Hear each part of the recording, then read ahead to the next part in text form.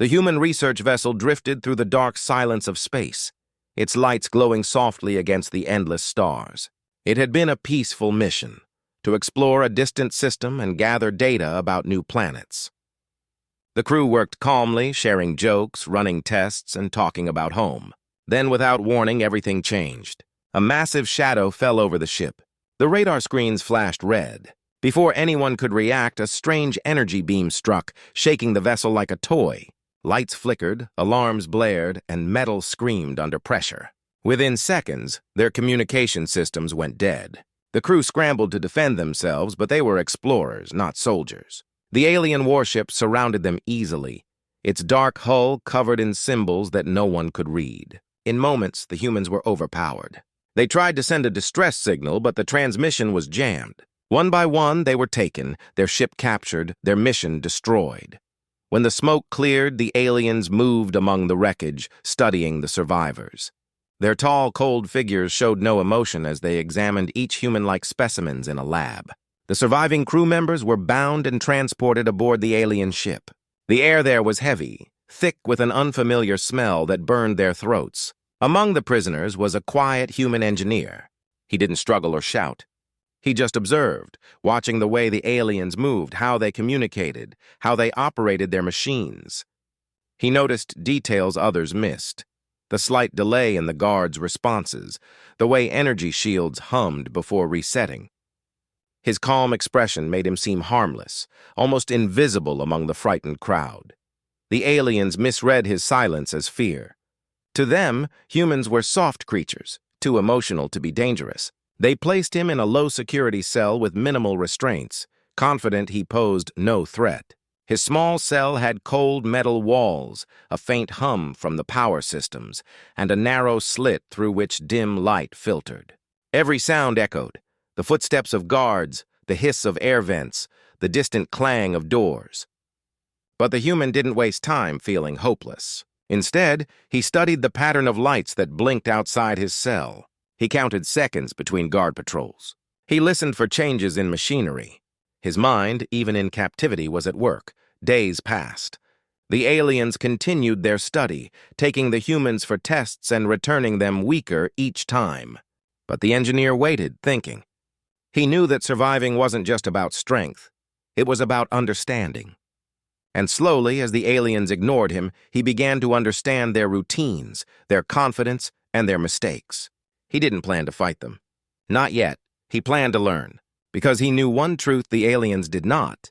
Humans don't stay in cages forever. They adapt, they endure, and when the time is right, they find a way out. The quiet engineer sat in his cell, eyes steady, waiting for that moment to come. The human sat quietly in the corner of his cold metal cell, his hands resting loosely on his knees, eyes half-lidded as if in defeat. To the alien guards who passed by, he looked harmless. Another broken prisoner, too stunned to resist. But behind that calm stare, his mind was moving faster than ever. Every sound, every movement, every flicker of light became part of a puzzle he was slowly putting together. He noticed how the guards' boots made two different sounds, one heavy, one light, meaning there were two kinds of soldiers, one armored, one not. He watched how they tapped small panels before entering doors, how the lights above their helmets blinked in rhythm with the hum of energy locks. Even the faint hiss of the air vents carried information. It told him where oxygen flowed, where it didn't, and where escape routes might exist. Each day, when food was delivered through a small slot, he timed how long it took for the next guard to appear. He realized that every 10 minutes there was a window of silence, no patrols, no footsteps. That was when he listened most carefully. Sometimes he heard faint beeping through the walls, sometimes distant voices speaking in the alien's strange, clicking language. He didn't understand the words, but he could tell when they were tense, when they laughed, and when they argued. Even emotions sounded different in their tone, and he stored those sounds in memory. The aliens, meanwhile, were watching him closely. From hidden cameras above his cell, they recorded everything, his posture, his movements, even his breathing patterns. Their scientists were curious. Why wasn't this human panicking like the others? Why didn't he shout or cry or resist? They whispered theories among themselves. Perhaps this one was too weak to feel emotion. Perhaps his mind was simple, unable to grasp what had happened. They couldn't see the small details. The way his eyes followed the flickering light on the control panel. The way his fingers sometimes traced shapes on the ground, as if drawing invisible diagrams. To the aliens, silence meant fear. But to him, silence was focus. Every night, as the lights dimmed and the facility grew quiet, he lay still, pretending to sleep. Through half-closed eyes, he watched the shadows of guards moving across the hallway.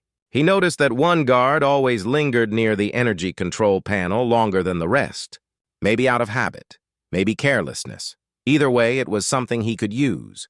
Days turned into a quiet rhythm. Observation, waiting, memorizing. The aliens thought they had broken his spirit, but they had only given him time. He wasn't planning to fight recklessly. He was planning to outthink them. Because humans didn't need claws or fangs to survive. They had patience, intelligence, and the ability to adapt. And as he sat under the unblinking alien cameras, his calm eyes were already seeing the path that would one day lead him out of that cage. The experiments began quietly without warning. One morning, the guards entered the cell, their glowing armor reflecting off the walls, and pulled the human out. He didn't fight. He simply walked with them, eyes steady, breathing calm. They strapped him to a long metal table in a white room filled with strange lights and humming machines. The aliens spoke in sharp, clicking tones as they observed his body.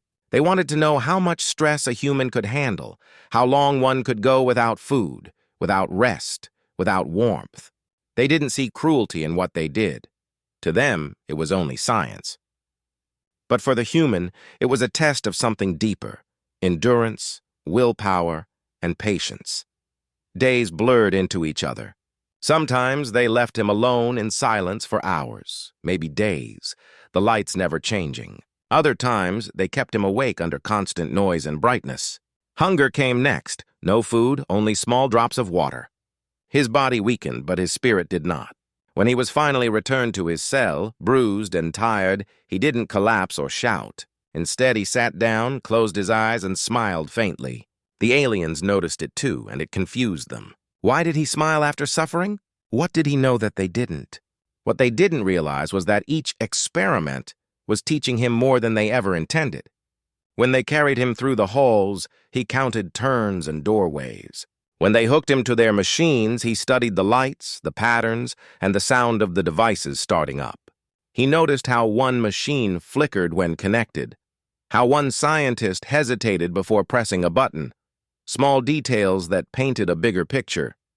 Even in weakness, his mind was awake, alert, gathering every clue. At one point, they placed him in a glass chamber with low oxygen. He watched as the air thinned, feeling his heartbeat slow. Panic might have helped them study fear, but instead he focused on counting. Each second, each breath. He noted how long he could stay calm, how much time it took before his vision blurred. They thought they were measuring his limits, but he was measuring theirs. How quickly they intervened, how far they were willing to push before stopping. And with every test, he understood more about their rules, their behavior, and their sense of control. To the aliens, he was a subject in a lab. To him, they were revealing their secrets piece by piece. When they spoke among themselves, he caught the rhythm of their speech and began to recognize patterns, maybe even a few words. Every scar, every sleepless hour, every faint smile was part of his plan, even if he didn't yet know how it would all fit together. He wasn't surviving by strength. He was surviving by observation.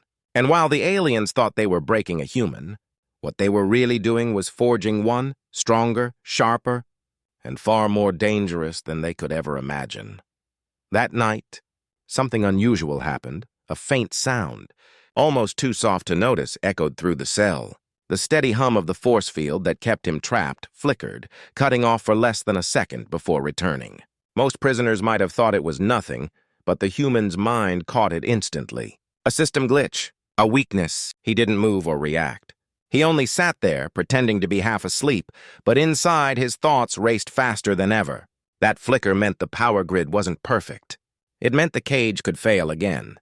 He decided then he wouldn't escape through strength or speed, but through patience. From that moment, he changed his behavior completely. When the guards arrived the next morning, instead of staying silent or distant, he started answering their questions. His voice was calm, steady, respectful. He made himself look harmless again, the way he did when he was first captured. The aliens seemed pleased. To them, it looked like the experiments had finally broken him, like he had accepted his place as their obedient subject. But that was exactly what he wanted them to think. Over the next few days, he played his part perfectly. When the scientists asked him to perform physical tests, he followed orders without hesitation. When they spoke among themselves, he listened carefully, learning more of their language with each passing hour. They started to relax around him, leaving conversations unfinished, sometimes even turning their backs while recording data. Each of these moments was a new piece in the puzzle. He began to map everything in his mind. The sound of footsteps in each corridor, the pattern of lights that dimmed at night, the time shifts between guard rotations. He even memorized the timing of when meals were brought and which doors required special authorization to open. Every flicker of light, every noise from the control panels became part of his invisible map. When he was taken through the hallways for testing, he counted seconds between each door. When the lift descended to the lower levels, he memorized the vibration and sound pattern of the machinery. Even the color of lights in each section told him something. Blue for labs, green for maintenance, red for restricted areas. Slowly, the once unfamiliar alien base became something he could see with his eyes closed. At night, he replayed everything in his head, over and over, until the entire layout was clear. He even practiced how long it took for the guards to respond when the alarm went off, pretending to be restless or stumbling near the energy walls to test their reaction times. No one suspected him. They saw a quiet human who had finally learned to obey. But in truth, he was preparing for the one moment when that flicker would happen again. And when it did, he would not waste it. To the aliens, he was just another experiment gone quiet. To himself, he was a soldier behind enemy lines, silent, patient, and waiting for the next crack in the cage. The days passed quietly, but inside that silence, the human was building something invisible, a plan. He knew strength wouldn't help him here. These aliens were bigger, faster, and armed with weapons he couldn't even understand. But they had one weakness. They underestimated him. They saw him as a fragile creature, too simple to think beyond survival. That belief would be their biggest mistake. He started small, noticing every item brought into his cell. The food tray had a thin metal edge. The water bowl was made of a reflective surface, almost like a mirror. Even one corner of the wall had a loose wire, likely overlooked during maintenance. To the guards, these were meaningless details. To him, they were pieces of a puzzle coming together. He began experimenting quietly, using his time during isolation to test what he could do. The edge of the food tray could scrape against the wall to create faint sparks. The wire, when carefully bent, could reach the base of the energy field, not to break it yet, but to test how it reacted. The water's reflection helped him observe the guards behind him without turning his head, so he could study how they operated the control panel each time they entered. Every movement, every flicker of a light on the console was noted. He learned which button opened the cell, which one controlled the field, and which one sent alerts. The aliens didn't notice. They were too focused on recording his behavioral changes. They thought his slow movements and long silences were signs of mental fatigue. They didn't realize he was learning their patterns the same way he once studied machine systems back on Earth, patiently, piece by piece. When one guard began to grow careless, leaving the door controls active for a few extra seconds, he made sure to remember the exact timing. He was building not just a map now, but a rhythm. The rhythm of the facility itself.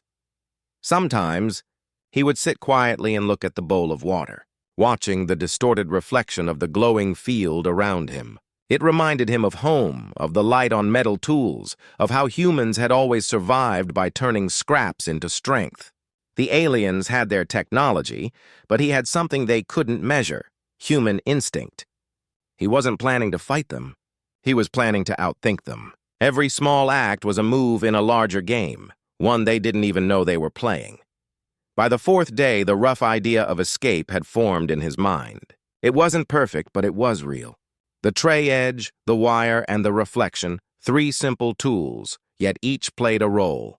He smiled faintly in the dark, not because he was free yet, but because he knew freedom wasn't far. The aliens believed the human spirit could be contained by metal and light. Soon they would learn. Cages could hold bodies, but never the will that burns behind human eyes. The moment finally came when the lights in the alien facility flickered, just as he had been waiting for. A low hum rippled through the walls, signaling another brief power fluctuation. To the guards, it was just another minor glitch, but to the human, it was the signal he'd prepared for days. His heart raced, but his hands were steady. With a quick twist, he used the bent wire he had hidden beneath the food tray, pressing it into the small gap near the field emitter. Sparks jumped, and for just 1 second, the glowing barrier around his cell vanished. It was enough. He slipped through before it reignited, his bare feet silent against the cold floor. The corridor outside was dimly lit, and the air smelled of metal and chemicals. Every few steps he paused, listening, counting the timing of patrols he had memorized during his captivity. The guard's footsteps echoed in patterns, 2 passed every 3 minutes. He moved only in the quiet spaces between. He wasn't running wildly. He was gliding, precise and careful. He knew exactly where to go. The facility's power junctions were his first target. Earlier, during one of his tests, he had noticed which hallway carried the energy conduits that fed the cells. If he could disrupt them, he could create confusion. Confusion meant time, and time meant survival. He found the first junction, a glowing panel along the wall, pulsing with alien symbols. He removed the metal edge from his tray, now sharp enough to pry open a small corner. Inside, wires shimmered like veins of light. He didn't need to understand their language. Electricity was a language all engineers spoke. With one decisive motion, he crossed 2 connections that should never meet. The lights flickered again, stronger this time, followed by a faint sizzling sound. Somewhere down the hall, alarms started beeping. The system thought it was an overload, not sabotage. He moved fast now, slipping through another door just before it sealed. At the second junction, he used the reflection from a metal surface to see around corners, making sure no guard was near. Another quick cross of wires, another burst of sparks. When the third junction went down, the whole lower deck plunged into darkness. In that brief blackout, he became invisible. The guards finally noticed, shouting in confusion as their communication links went down. Surveillance screens turned to static. The alien commander barked orders, demanding a status report, but no one could trace the cause. They assumed it was a technical fault, their first mistake. As they scrambled to fix the systems, the human slipped deeper into the structure, guided only by memory and instinct. He wasn't armed, but he was dangerous in a way the aliens could never understand. He didn't fight with strength. He fought with intelligence. Each step he took was another blow to their overconfidence. Somewhere in the chaos of alarms and flickering lights, one truth became clear. They hadn't captured a helpless creature. They had locked themselves in with a survivor. The sound of the alarm pierced through the alien facility like a scream. Red lights flashed across the metallic walls, and robotic drones zipped through the hallways, scanning every corner for movement. The guards shouted orders in panic, their sleek armor glinting under emergency lights. But the human was already gone. He had vanished into the narrow vents above the ceiling, crawling silently like a shadow that refused to be caught. Every sound, every vibration, every flicker of light became a clue for him. He moved carefully, avoiding the sensors he had memorized during his days in captivity. The aliens had built their prison with perfect logic, but they had never planned for something as unpredictable as a human. As he crawled through the vents, he could hear their voices echoing below. Confusion, anger, and something else beneath it all, fear. They were afraid of him now, though none of them could understand why. In their minds, he had been just a small, fragile creature, a harmless experiment. But now, that same creature had slipped through their fingers, turning their advanced security into a maze of failure. He watched from a vent as a squad of alien soldiers passed beneath him, their weapons humming with energy. They moved in formation, trusting their scanners. None of them looked up. That was their mistake.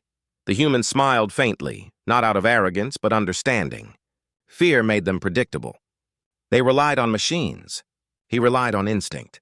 When one of the drones flew too close to his hiding spot, he timed his movement perfectly, dropping a small piece of reflective metal from the vent. It clinked on the opposite side of the corridor. Instantly, the drones turned and fired. Sparks erupted. Their own attack short-circuited the lights, plunging the hall into darkness. Using that moment, the human crawled forward again, his heart pounding but his mind calm. Down below, commanders barked orders. "Seal the lower exits! Increase the containment fields!" Their systems glowed and whirred, yet every new command only created more noise, more confusion. The human was no longer a prisoner. He was an unseen force moving through their world, and they didn't know how to stop him. He found a maintenance hatch leading to the lower decks and quietly slipped through. The air grew warmer, filled with the hum of reactors and the smell of ozone. He was close now. Close to freedom, or at least to turning their own power against them.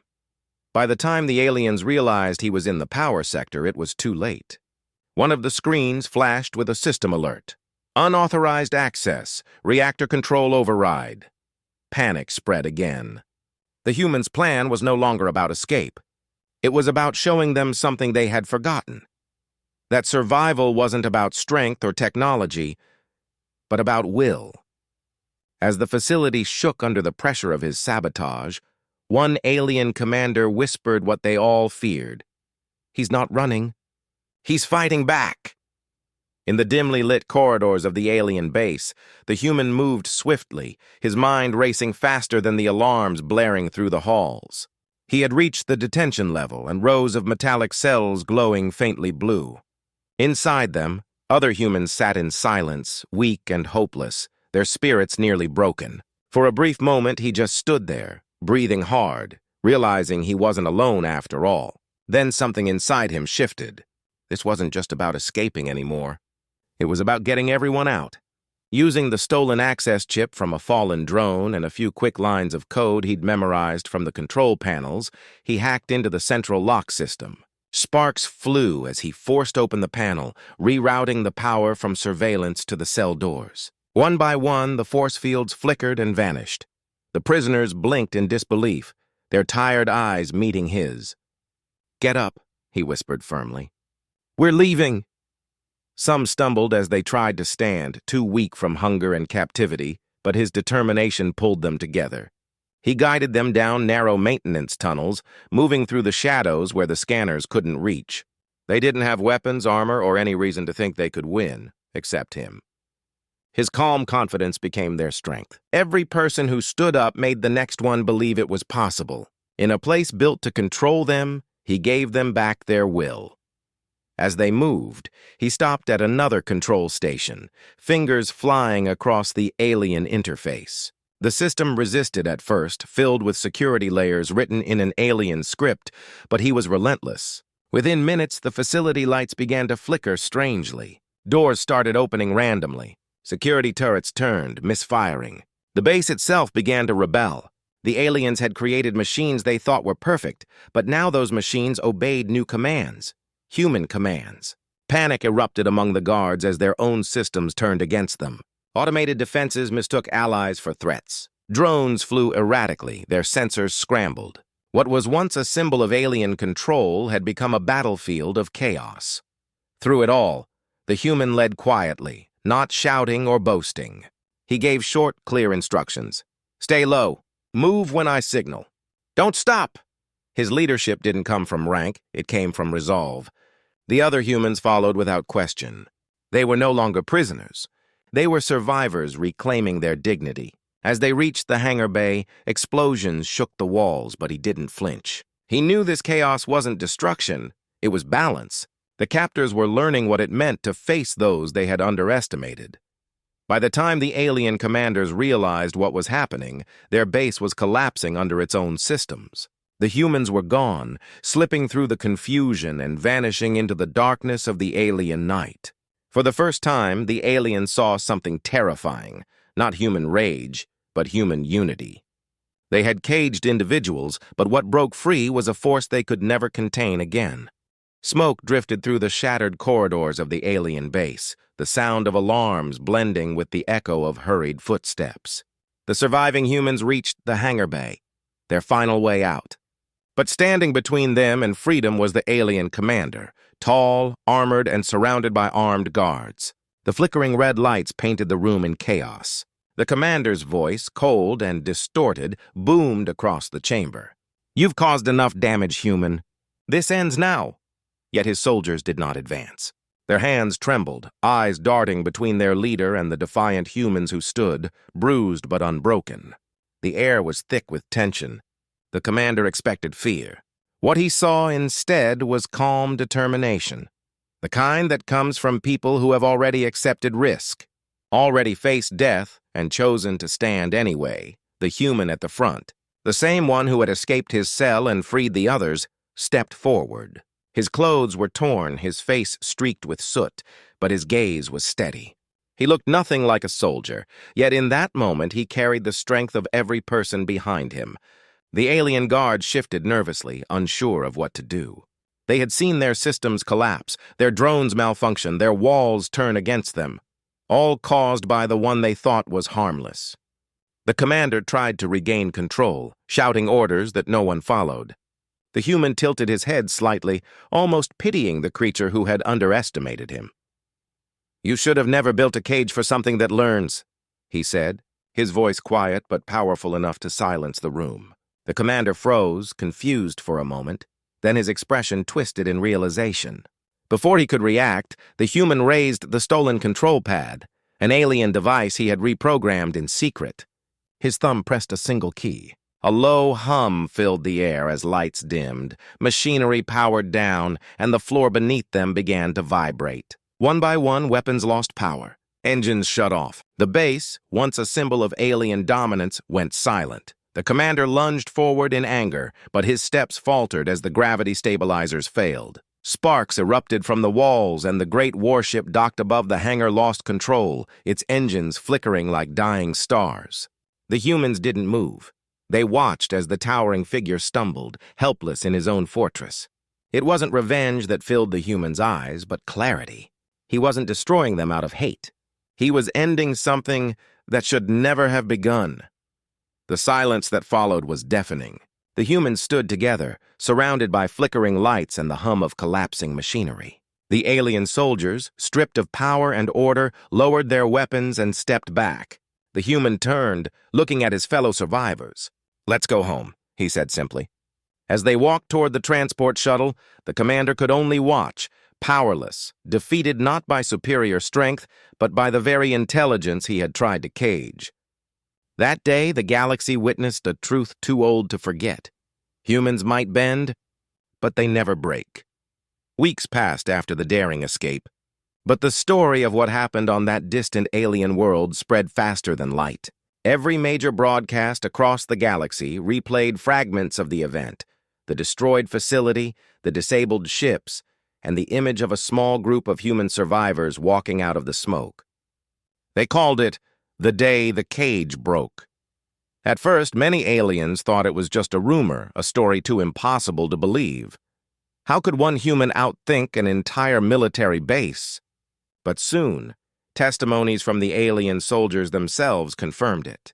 The galaxy had witnessed something they could not understand, a kind of strength that came not from weapons or armor, but from the will to keep going when logic said you should have fallen.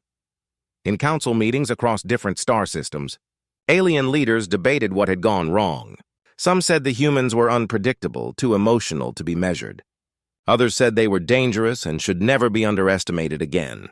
But one alien scholar said quietly, "You cannot cage a mind that refuses to give up." His words echoed across the chamber, leaving a silence no one wanted to break. The story became more than a report. It became a warning and a lesson shared among civilizations that had long forgotten what courage truly meant.